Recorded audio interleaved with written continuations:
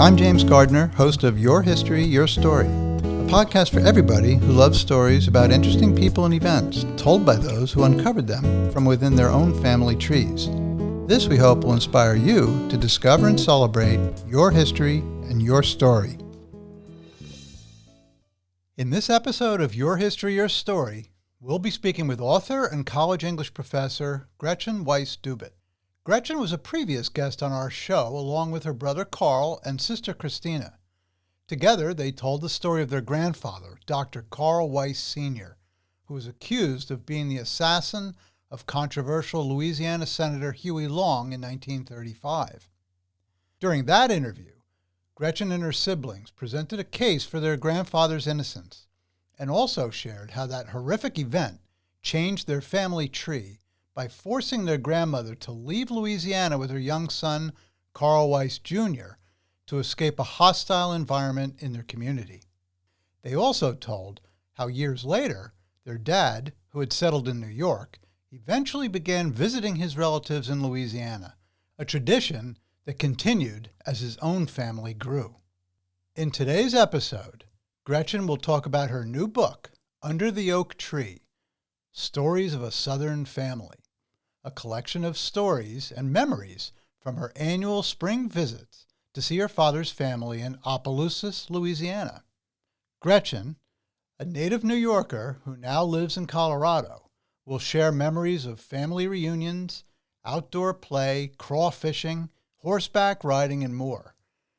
She'll tell of her special bond with her great-aunt Marie, who was a wonderful storyteller, a lively and generous host, and a living link to her Louisiana Cajun family's interesting and accomplished history. Gretchen will also discuss the family secrets that were not shared by Aunt Marie or other family members because of the painful and disruptive consequences of the family's involvement in a tragic incident that also affected American history. I'd now like to welcome Gretchen Weiss Dubit to our show. Welcome, Gretchen. Thank you so much, James. I should actually say welcome back, Gretchen, because you were on our show back on, actually, it was season 2, episode 9. The title of that podcast was Dr. Carl Weiss Sr., Assassin or Not. And it was a really fascinating time that we spent together talking about a tragic event that happened that involved a family member of yours. Can you tell us just a little bit about that? Yes. We met, the four of us, my brother, sister, and I were on the show with you. My father had just passed away. And so the story of his passing brought up the story really of what brought him through life, really. The story was my father died in 2019. He was 84 years old. And the story that had kind of followed him throughout his life was that of his father, who had been accused of assassinating Huey Long in 1935. And as a result of that supposed assassination, my father's life was turned upside down as a 3-month-old, and he was forced to leave. He and his mother fled the country and moved to France. That was kind of the turning point for all of us not living in Louisiana and having this family name that was sort of vilified, really is still vilified because no one really knows the truth about what happened on September 8th, 1935. And nobody really knows exactly what happened. But in any case, my grandfather became a villain. Yeah, and we really sort of took it apart and discussed different things that were said and stories about witnesses who saw and heard things. I recommend people to go back and listen to it if they can. But I just wanted to ask you, Gretchen, so where did you actually grow up? So I grew up in New York and on Long Island, which is where my father settled when he and his mother came back from France. My father went to medical school and became an orthopedic surgeon and settled into the same home that his mother had fled to after leaving first Louisiana, then France. World War II had broken out, and they had to take the last boat out of France and come back to the States. So my grandmother settled in a little town on Long Island called Garden City. And that's where my father also settled and where my sister, brother, and I were raised. Garden City, New York, Long Island. So I lived there until I went off to college at 18. Okay, so you are a New Yorker. I am a New Yorker. Yes. Yes. Proud New Yorker. Although I've lived in Colorado now for 30 years. How did you come to move to Colorado? My husband and I met teaching skiing. I had just finished University of Vermont, and my husband had just finished at University of New Hampshire. And we were both taking a kind of a little hiatus from life for a while. And we both went to work, not knowing each other, at a ski area. So he was a ski patroller and I was a lift operator, and I would load him on the lift. So we started dating. And a year and a half later, we got married very young. We got married young. And he said, I'd like to move back to this little town in Colorado where I went to camp. So he went to camp here in Durango, Colorado when he was 13. And we packed up everything we had and moved west and stopped in Durango. And we've been here for 30 years. And what are you doing now? So I teach. I am a visiting instructor at a small liberal arts college called Fort Lewis College here in Durango. And my husband and I, another one of my husband's fantasies was not just moving to Colorado, but also when he was growing up, his brother and sister were very allergic to animals. And so he could never have a dog. So when we got married and moved west, he started collecting dogs. And before we knew it, we now have a kennel of 30 sled dogs. So he decided to start collecting and not stop because he was so tormented by not being able to have a dog when he was growing up. So we run a dog sled business called the Durango Dog Ranch. And many of the people who come dog sledding here are from Louisiana, because this is this kind of a stopping spot, we're in the Southwest. And so many of them come here and they say, I say, I'm from Louisiana. My family all lives in Louisiana. And they look at me, like, oh, okay, from Louisiana. And then I tell them the story of my grandfather. I say, have you ever heard of Huey Long? And they all look at me like, of course I've heard of Huey Long. I'm from Louisiana. All the roads are named after Huey Long. There's bridges, there's schools. I mean, his name is everywhere.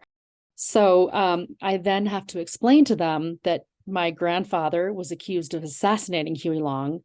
And most of the time they hear it and go, that's nice. And then they stop for a second and they look over at me and realize that I'm telling, a really big part of history. And it's the quizzical. I mean, it's amazing how people just cannot grasp.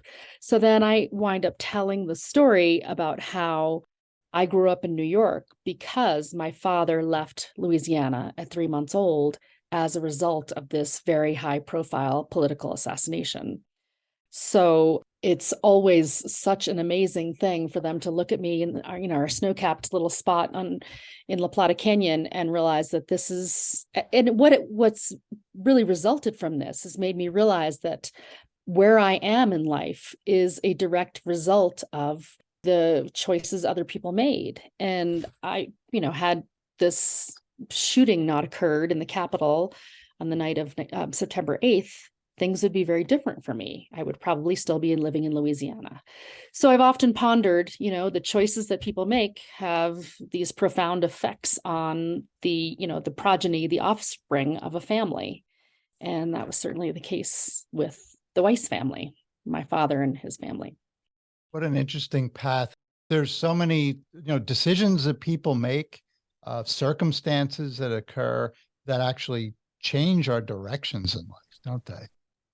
And that's kind of the first couple lines in my book are about the trajectory that how these choices really kind of, can deviate or, they can make have a grand effect, or they can have an effect that's kind of lives with you forever. Infamy is not the same as fame.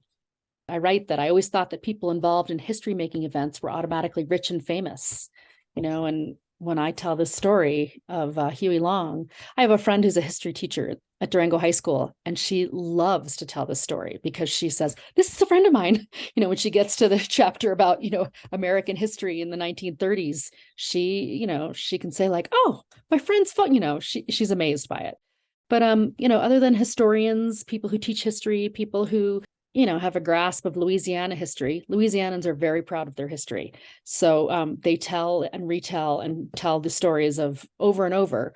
Whereas, a New Yorker doesn't necessarily have a kind of a special story, but it's amazing how some places in the South have these really, I don't know, these stories that they really hang on to. And this story of Huey Long has been one that has been carried, strung out throughout the years. They still tell it. Yes. And talking about stories now, you mentioned your book. When we spoke, I may have been a pre-call that we did when we did the interview with your brother and sister. You had mentioned that you were writing a book, and I remembered that. And then I thought to myself, what is that book going to be about? And I think you even alluded to the fact that it was going to be stories from your childhood memories down in Opelousas, Louisiana. And I thought to myself, I hope that I'll find out about that book so that I can circle back and speak with Gretchen again. And sure enough, I saw on, I think it was Facebook, that you had published the book, Under the Oak Tree, Stories of a Southern Family. And you were able to send me a copy of the book, and I devoured it and I thoroughly enjoyed it. But before we start talking about your book, how old were you, Gretchen, when you found out about your grandfather's part in history? I think I remember almost exactly where I was. I was 12. My brother and sister are older. I'm the youngest. So my brother was probably 13 at the time, and my sister was 15. And I think at that point, my sister had written a paper about Huey Long, and they were kind of trying to keep it from me because this story was hush, hush, hush throughout our entire lives. So we had been going to Louisiana every year for my entire life. And it wasn't until I was about 12 years old that I realized that there was a very important event that happened, and realized that this historical event was bigger than we were. We used to go down to Louisiana and have our picture taken, and lots of people did. But our picture, there was this rock right in front of the newspaper, and when people came to town, they would take their picture. But when we came to town and they took our picture, people would it'd be on the front cover, of the paper. So and so, Carl Weiss and his children have come to town, and my Aunt Marie would show up with us, and people would talk in hushed tones, and she'd say, "Shh, shh, they don't know." And so it all kind of came back to me after, going for so many years, that I realized, wow, these people all know who we are. And I didn't know why or what or who. I didn't know the story. It wasn't until we were much older that we put it all together that we were a very big, or our grandfather was a very big part of American history. That is very interesting. As I read the book and read through the book, I think you may even have referred to it as the untold story about what happened to your grandfather and why your grandmother had to leave with your 3-month-old dad, or when your dad was very young, I should say. Yeah, he wasn't, yes. He wasn't 3 months old. He was a little bit He was a older. little older, right. He took off, and there's reasons for that, is because of this notoriety that was really unwelcomed. But that sort of interweaves itself through the book as the untold secret or the untold story. Yet the book is really a lot of stories, and excellent stories, about these visits down to Louisiana and what it meant to you as kids. But let's start by, if you could just give just a very basic overview of what the book was about. And then I'm going to ask you some specifics. So the book is really, I wrote this book for about 20 years, and I started to write this book when I realized that what we had was so unique. And every year, as I said, we'd go down to Louisiana for a week. And this book is the culmination of all of the stories and things and events and people who were very unusual. They were rare. It was a rare family. And part of the rarity of this family was this background story that everybody held close and held quietly, within themselves. But we used to sit and tell stories, and they would all tell stories about each other. Everyone, there was nothing held back. So this book starts with realizing that I had a story to tell that had historical, a historical perspective.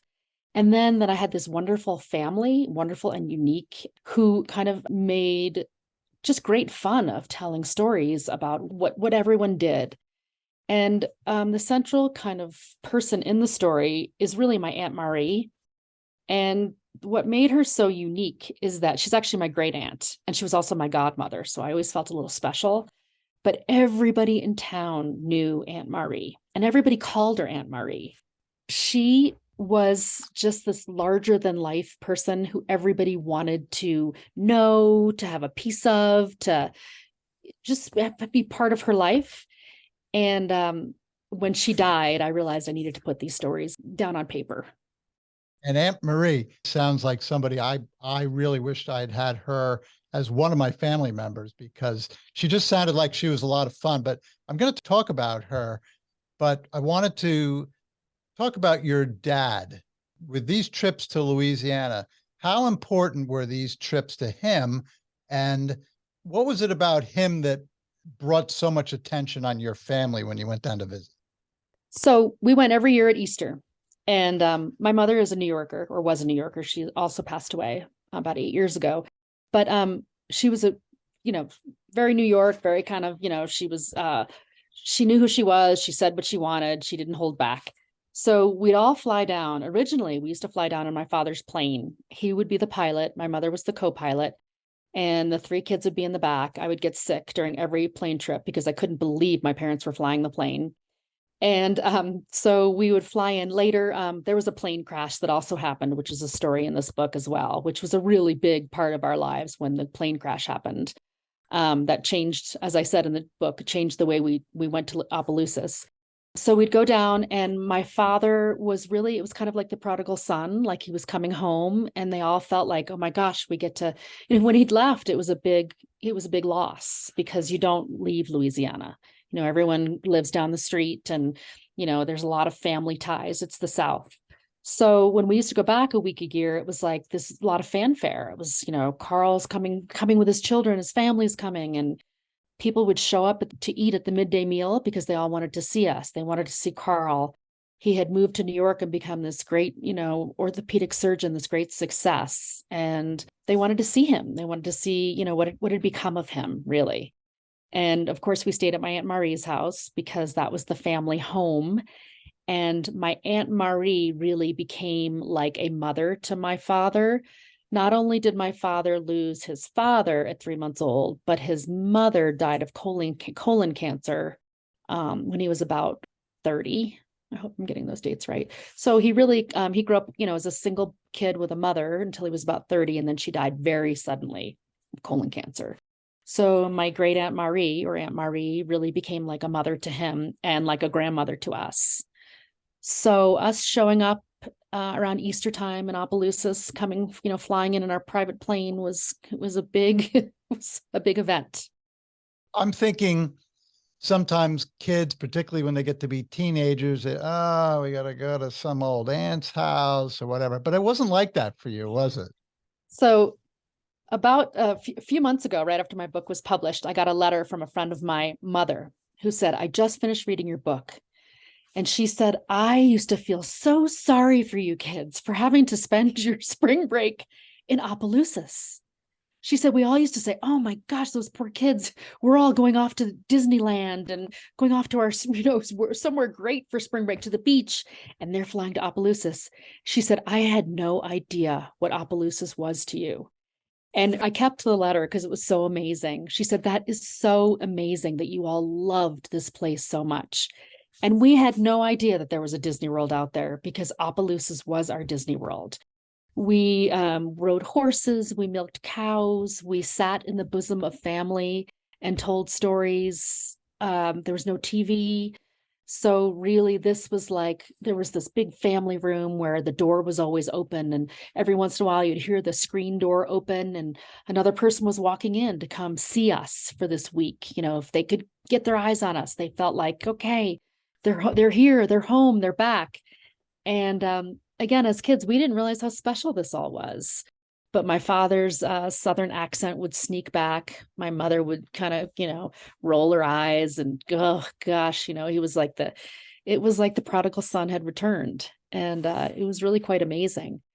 But it's taken me many years to realize what was happening there. Because as a child, it was just, oh, doesn't everybody have an Aunt Marie? Yeah. Now tell me about Opelousas, Louisiana. What kind of a town is it? So Opelousas is oh gosh, I wish I could do the demographics. I should. But Opelousas was just my Auntie Da, who was my Aunt Marie's sister, used to say, oh, my whole family is strung across Louisiana like a string of pearls, because there'd be, one family member in New Orleans, and then you would move west. So Opelousas is due west, but it was really a very nondescript town. It was very country. The house where my great Aunt Marie grew up was surrounded by soybean fields. It was a very small town with really not a lot of fame, not a lot of fortune, just little tiny town. And Aunt Marie was really the belle of the town. She and her family lived in the same home. She died she had to leave eventually. She had to leave I think she died 6 months later, basically after being taken from her home because she couldn't live there by herself anymore.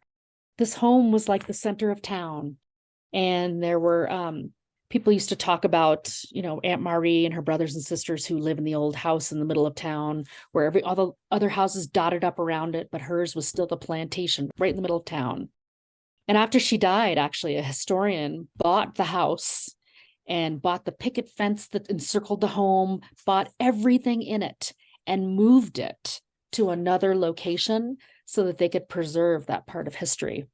Oh boy, is that fortunate when you think it could have been bulldozed and they could have put a convenience store or And something. that was one of the things that almost happened. So rather than someone, I think my father sold the house for $1.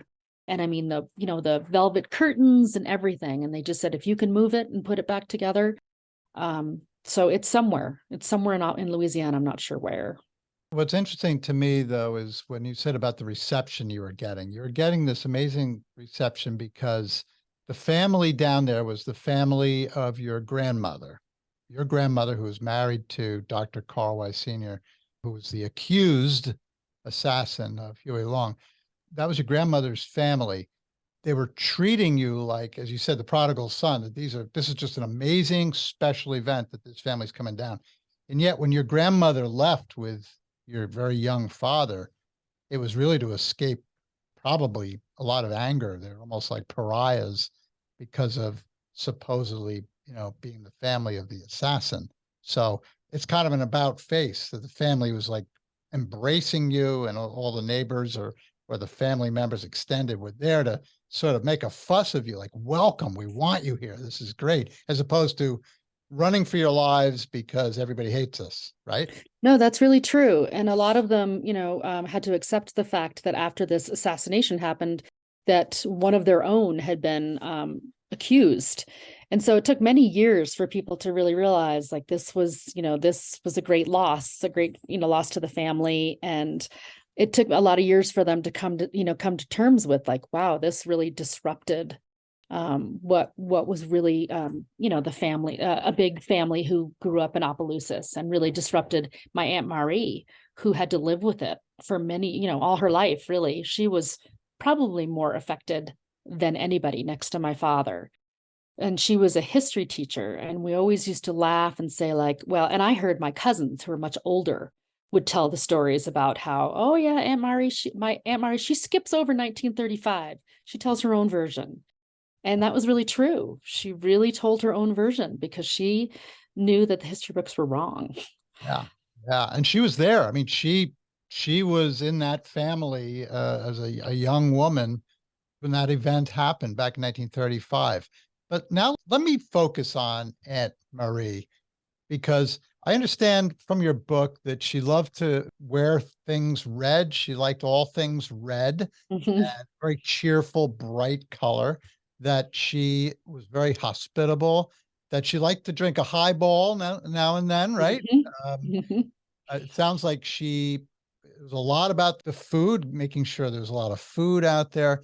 Take me through what would happen on a typical visit when you came marching onto Aunt Marie's property for the first time that season. So she was a school teacher. So she always found a few days to get off of school so she could spend them with us. But she lived in this antebellum home with no air conditioning. There were horses, there were cows, there were chickens, and I grew up on Long Island, so we didn't know about any of these things. So it was almost like, when we came, they kind of, it was full-time farm. I mean, we'd get up in the morning and everyone would be, there would be horses in the pasture. So we'd all go out and find our horses. We each had our own horse. And my sister was a horse person, so she'd ride Tonto. There were 4 cousins because there were 3 of us, me, my brother, and my sister. And then my youngest cousin, Chris, he would get off school for the week to hang out with us. But his brothers were all much older. So they were off with girlfriends and in school and doing important things. But we would spend the week riding horses. And then at the middle of the day, down in the South, and I don't know if this still happens, but I know it happened when we were there, down in the middle of the day is when they'd have their midday meal. So everything was very Cajun. And so I don't know, maybe when we weren't there, they'd eat tuna fish sandwiches. But when we were there, it was crawfish étouffée. And it was usually crawfish that we would catch because on the day before the crawfish étouffée, my cousin Ben would take us down to the rice paddies to fish for crawfish.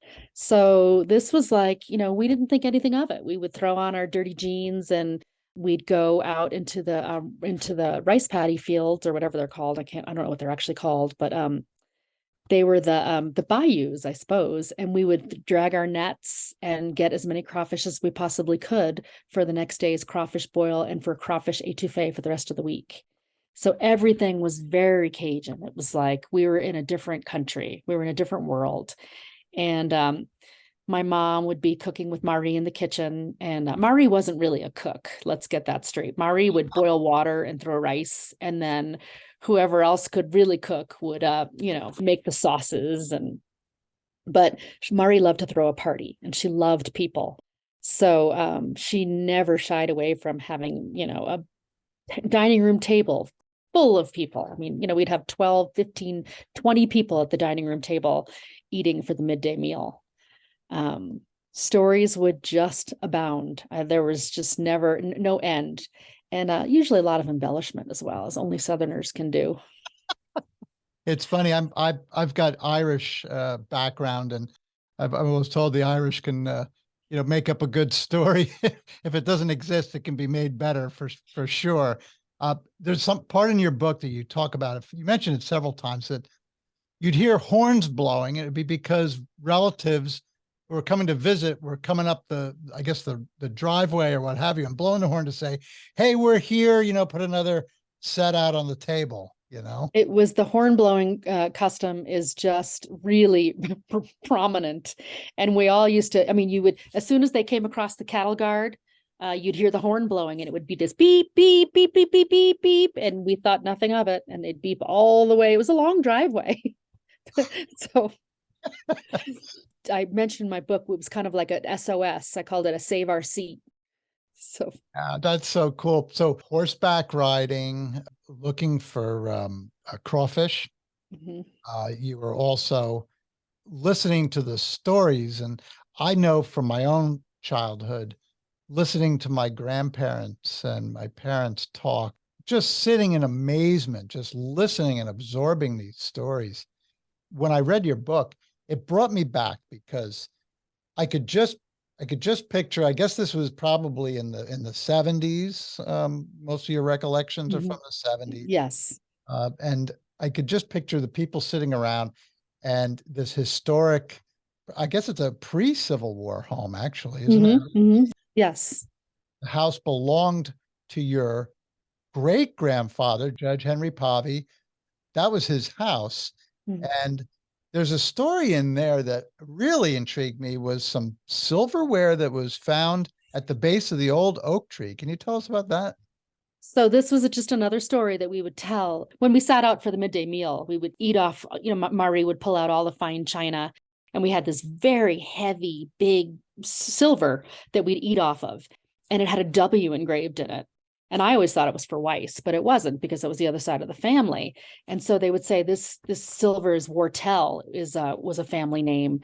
But Marie told us that the silver was found under the tree right after the Civil War. So, but she called it the Silver War. So, so we ate off silver that was apparently found under the tree after the Civil War because they had to hide their valuables so that the soldiers wouldn't take the valuables. Wow. And so you had this great history in this house, and you give some really great descriptions of the tall windows that really were needed to get any air in there. I can only imagine without air conditioning in Louisiana, even at Easter time, I guess it would start to warm up then.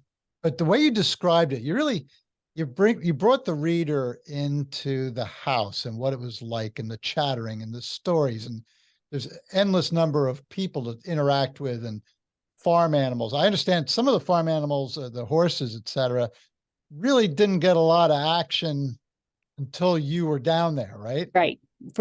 They knew we were coming every year, and they would have to work harder that week than any other part of the year because they had to entertain us.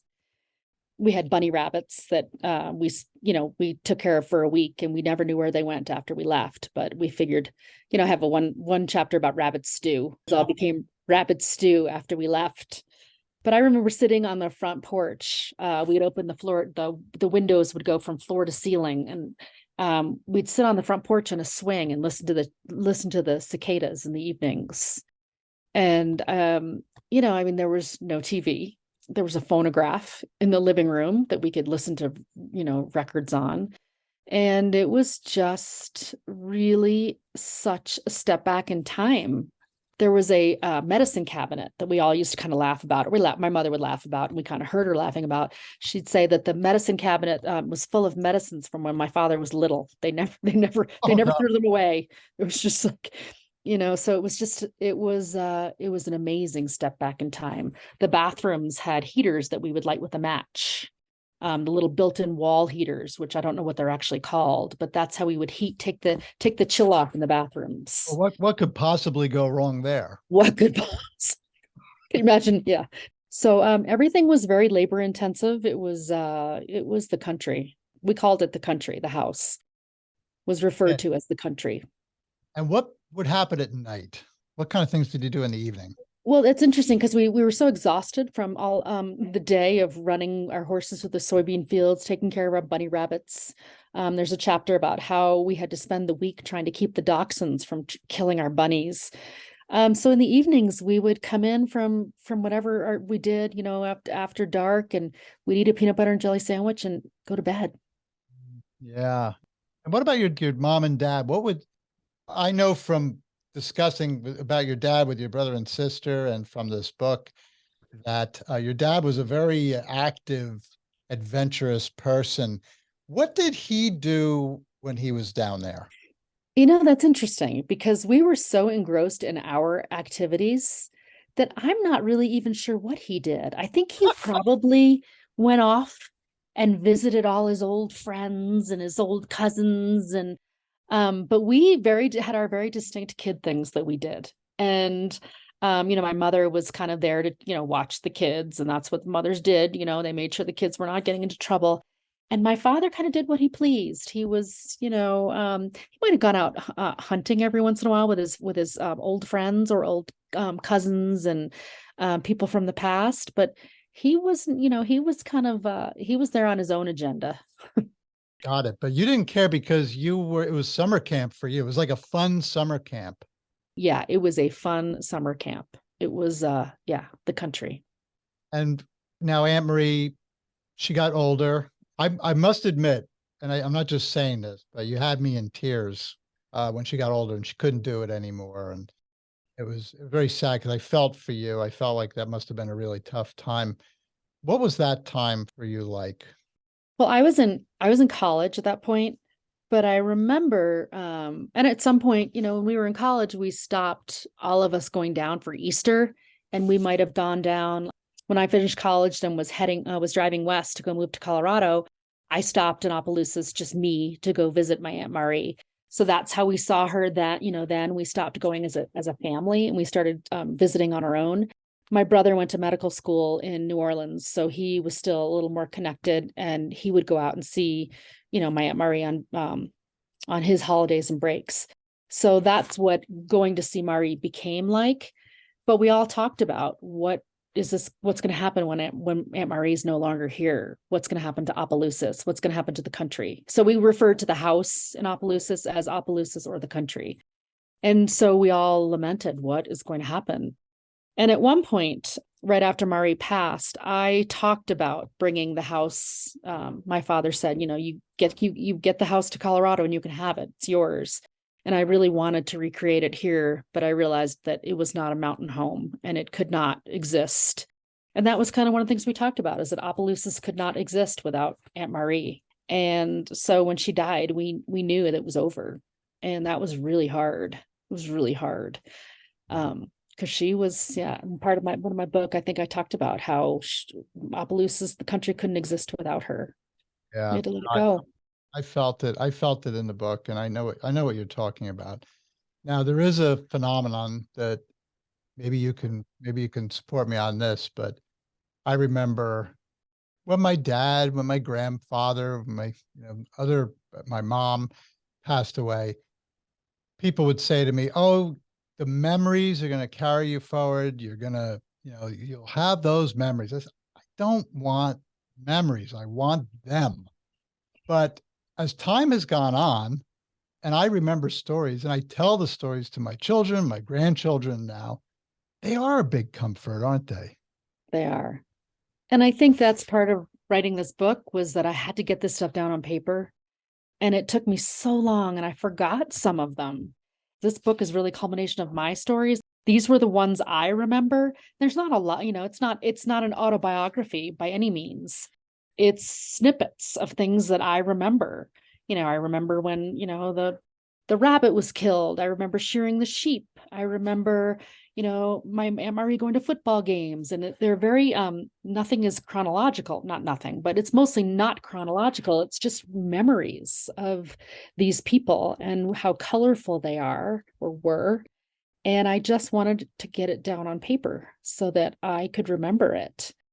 And, a lot of people ask me, why aren't you promoting your book? Why aren't you out, selling it? And it's like, I wrote it and they're here and they're all written down, and I can, I've read this book probably 5, 6, 7 times because I love hearing the stories. And even in my own head, I can hear the stories, I can read it to myself, but I almost, after having put them down on paper, I felt like I'd done my job, and it was almost enough. I know what you're saying, because when I read it too, I thought to myself, these are memoirs. These are your memories. Now, the whole point of our podcast, Your History, Your Story, is talk about stories, the importance of stories, particularly family trees or events that happen in our own lives that we remember and we tell, because stories are so important. So I just loved the book, even though it was your story. I just love the childhood memory part of it, because it makes me think of mine and some of those lazy summer days when we didn't know what to do with ourselves, and we made up games, or sometime my family would take at Easter time, we'd take a history trip somewhere, and just the things we saw and the stories my father or mother would tell me about where we were going and all that. So your book sort of prompted me to remember things, but it also, I learned a lot from your book, because I'm from New Jersey. I don't know anything about Louisiana. I know you're not from Louisiana either. You're a New Yorker, but That's right. you had this immersion into the Louisiana culture with family members who were also immersed in that culture, and you were able to eat with them and hear their stories and play on the farm and just interact with the people in the neighboring areas. How cool is that? I'm so glad you wrote this down. So would you say, Gretchen, that this book was therapeutic for you? I know you said it was written over 20 years, but actually putting it into a book and getting it published, was that therapeutic for you at all? Very much, because I've always wanted to, I'm an English teacher, so I always wanted to write. I always wanted to be an author. It was like a dream come true. And, while doing this, I actually have a cousin, my cousin Yvonne, who made a documentary. And the documentary was 61 Bullets. And she is amazingly talented. She works on the set of Yellowstone. And so she put together this whole documentary, 61 Bullets. And so she also felt this incredible drive to put this into a film so that people could see the other side of the story. Now, her documentary and my book are completely different because hers is more telling the story of what happened to the family directly after the event. And it's an amazing documentary, 61 Bullets. But what I did after about 6 years ago, 5 or 6 years ago, I decided that I needed to take my kids to Louisiana so that they could see what this was all about. And they were really young. But this reminds me of the documentary because Yvonne went to the Capitol one day and she filmed this historian taking a bunch of school kids through the Capitol. And she says, "Now, kids, this is where he shot him." And she's telling the story, obviously, the way the history books tell it, that my grandfather shot him. And I remember hearing her voice and she's pointing at it. And so when I brought my children to the Capitol, the tour guide, I introduced myself as being the granddaughter of Huey Long's assassin. And she was not impressed, I think probably because she hadn't grasped who I was or what this meant. She was so used to doing her speech, but I don't think she was used to seeing the actual people involved in history standing in front of her. So, or, the offspring of the people involved in history standing in front of her. But it was so amazing for me to hear this same voice from the documentary, 61 Bullets. Now I'm standing in front of her and she's telling the same story and I'm there. I'm like, hello. But we went around Opelousas. We went to New Orleans. And at one point I was eating down on Bourbon Street in a little little cafe. And one of the waiters said, "So what brings you to New Orleans?" And I said, "Well, I'm showing my children the place where my family grew up and where my family has a lot of history." I said, "My grandfather was accused of assassinating Huey Long." And he looked at me and he closed the doors of the cafe and kind of sequestered me in and said, "He didn't do it, did he?" And I said, no, he didn't. But nobody can imagine that this is, I'm the product of this, story, this history. So it was very interesting to kind of be, we went over the Huey Long Bridge and we did all the things, and Huey Long is in the museums and he's everywhere. And, my kids were really young, but I just wanted them to kind of see what this piece of history looked like. After I interviewed you and your brother and sister, I read it, and forgive me, I can't remember which author it was, but I read a sizable biography on Huey Long. But I also watched your cousin's documentary, 61 Bullets. Mm-hmm. I also watched Unsolved Mysteries had a episode, which I believe you were present for. We were down there for visiting. We were there for, in Opelousas for one spring break. And so they used us as extras. And I remember all the people in the Unsolved Mysteries going, "That's the family of the assassin?" It was really, really interesting.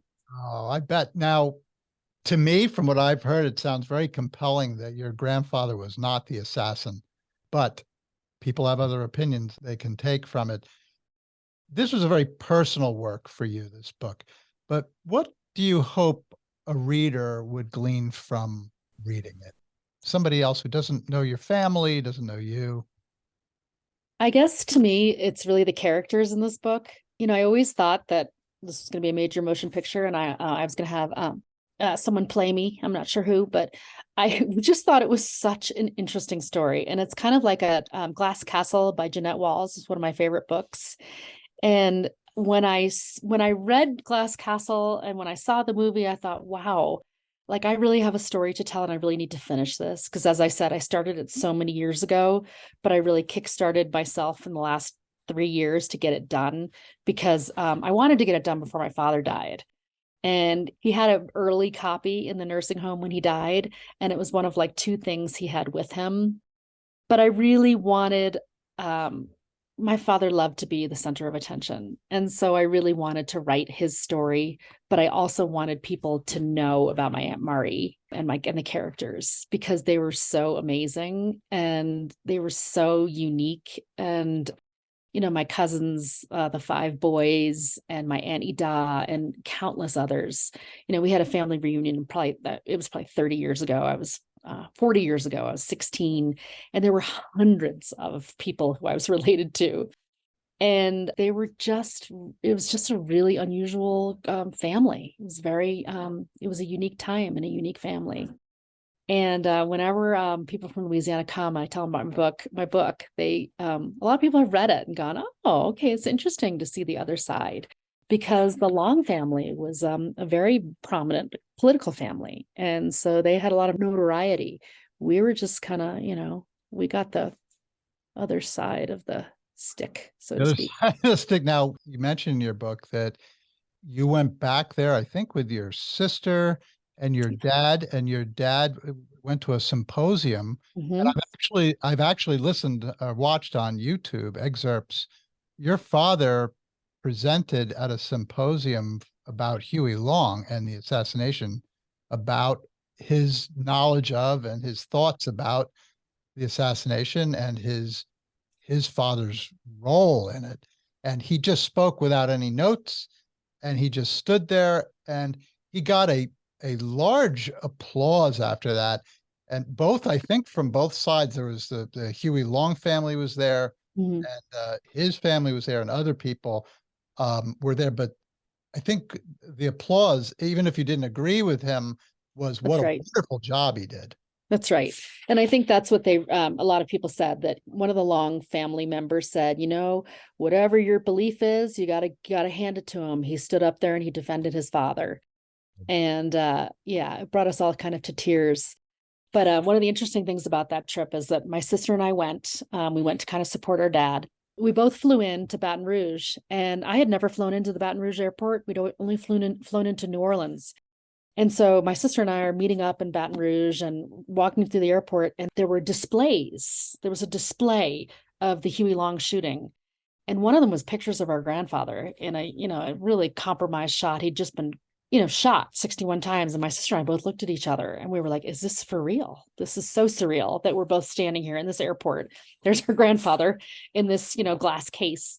And it was just kind of one of the things that made us realize what a big part of history that was, and how that was not what it was like for us in our lives, because for us, we were so removed from it. But my cousins who grew up in Louisiana, it was a pretty big deal that there were reminders everywhere. Yeah. And the thing is, the fact is that this tragic event, in a sort of a roundabout history way, like we talked about in the beginning of this interview, one thing led to another. And had that not happened, your dad most likely would have grown up in that town. Mm-hmm. He would have been part of the scenery there. Maybe he wouldn't have had that, as you said, prodigal son coming back, this boy who had everything against him as a little boy. And he would have grown up there. Maybe he wouldn't have met your mother, so you really wouldn't even have I would not have existed. You wouldn't have existed. But he probably would have. Maybe he would have been a doctor. He would have grown up in that town. You don't know what kind of life he would have had, but certainly you would not have been who you are from New York, coming on these amazing special vacations down to this enchanted place with this Enchanted place in the middle of nowhere. And Aunt Marie, you wouldn't have maybe experienced those vacations. So this book is wonderful, Gretchen. And I thought maybe you could share a little excerpt from the book, just to give us a little sample of your writing. So this is chapter 4, and it's called Leaving Opelousas Behind. The highly publicized death of Carl Austin Weiss at age 29 was a tragedy that reverberated throughout the family for decades and left it shattered. Aunt Marie was just 23 and was in her first year as a history teacher. Yvonne was her oldest sister, and those fired shots in the courthouse left her a widow at age 27 with a 3-month-old baby, my father, to care for alone. In the confusion of the night of September 8th, 1935, when shots rang out in the courthouse and Carl Austin Weiss was named the hit man, Yvonne had no choice but to accept the verdict and move on. Her dead husband was so vilified throughout Louisiana and the country that she packed up her belongings and set out for Europe, where she felt the climate for herself and her infant son would be safer. Marie was left at home, where she had to defend her brother-in-law to the masses and hold her name and head high, for in the South, a name means everything. My husband is fascinated by the South for many reasons. He tells the story of my family's plunge to infamy to anyone who will listen, and he loves an audience, while I save it for those for whom it has some relevance, who have a sense of history and the importance that the event holds. Many have said that Huey Long would have run for president against FDR had he not been killed. I have learned that there are certain people who will be fascinated by the telling of it, and those who will not understand the relevance of it and will have no idea why I am telling the story of a murder and a dead man. There are fewer and fewer people today who will remember the story, as happens when time marches on and those who lived during those times in history have faded away. The stories disappear to make way for new ones. Now I rely solely on those from Louisiana and those who know history to be a willing audience. Robert, a history professor at the college where I work, just happened to be sitting in the adjunct office where I was preparing a lesson for my students during my absence. My absence was a long weekend to Louisiana for the 75th anniversary of the Huey Long shooting. Being a history teacher and well-versed in the event, Robert was equally amazed by the story and by my lot in life at that particular moment. It was this quizzical look that forced me to elaborate on the chain of events that brought me here to this spot today. As we talked, this historian prodded me to get writing. He felt I had a story to tell, simply because of the chain of events, the death of a man I never knew, the father my father never met, and the places we arrive as a result of the actions of others. What if Huey Long had been president? I would not be writing this from my office as a writing instructor in northern New Mexico. The events of our lives, whether they be noteworthy or not, have a profound effect on the offspring of others for generations to come. When I was planning to leave home and choose college, I fancied myself going back to Louisiana, a place filled with fond memories and family. My mother was a proud New Yorker and not as much a fan of the South.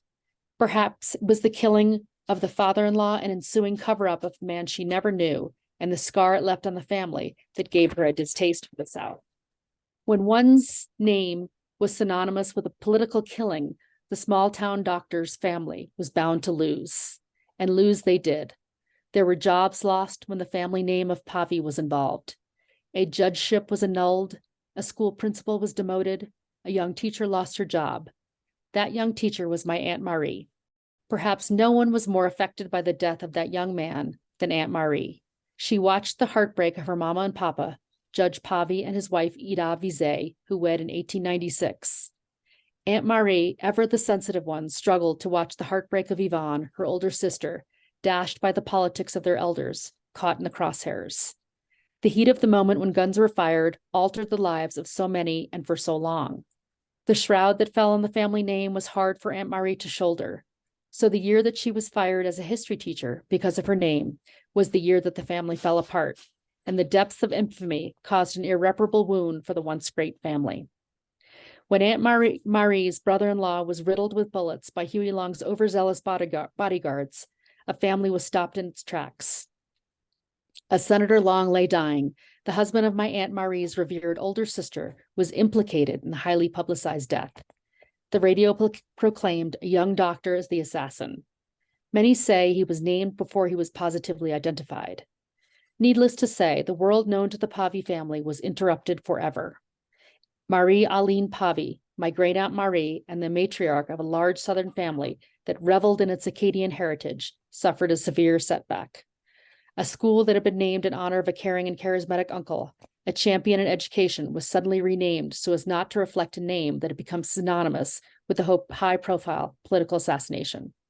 Her father, the judge, as he was called even years after his death, who was at the helm of the St. Landry Parish Court system for 20 years, was dethroned. Marie Aline Pavy, sister to the alleged assassin's wife, in her second year as a teacher of Louisiana history, was suddenly forced to leave her classroom, fired for her family name. At the family homestead where she proudly announced her name, Miss Pavy, she was now an outcast. And her favorite sister and baby nephew were exiled. Maybe it was this dark event in history that gave the family such strength of character. Perhaps the event was the impetus for this family to become a tight-knit circle of protectors. When the shroud of villainy lifted some years later, They had not only survived such blight on the family name, but they were stronger for it. And Marie was reinstated as a teacher and taught Louisiana history to decades of students. Such was the turbulent world of Miss Marie, a Southern matriarch whose roots in St. Landry Parish were as deep as those of the centuries-old tree encircling her home. And I call this book Under the Oak Tree because this oak tree was where so many of our family gatherings happened. And it was where the biggest event of the week, the Easter egg hunt, always took place. So the oak tree was like another member of the family. And there was never any question of what I would call the book, Under the Oak Tree. Well titled and well written. Gretchen, it was beautiful. And that chapter says so much, but the rest of the book is just filled with memories and put them all together into this book that flows so nicely and just transports the reader to another place. But it takes such an interesting cut at it because these are the observations of a New Yorker in a very different area, but feeling this immense amount of love, particularly from your great Aunt Marie. And it's just a wonderful read. So, Gretchen, do you have any other projects on your planning board as far as writing?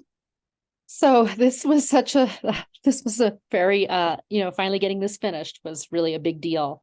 But I am writing another book, and it's about living as a sled dog musher in Colorado, which is a great departure from my growing up as a Long Island girl, shopping at the Roosevelt Mall. So it's called Guides and Dogs, and it's about all of the people who have come into our lives as guides while my husband and I have pursued this crazy business of dog mushing. Yes. I want to thank you for being a guest on our show again and for sharing stories about your family that has had so much to do with history. But I just love the fact that you were willing to share this very personal memoir. Thank you very much. Thank you for taking an interest in it. Absolutely. And I wish you the best on your next book. But thank you again, Gretchen. And I hope you have a great day. Thank you, James. Okay. Bye-bye. Thank you for joining us for this episode of Your History, Your Story.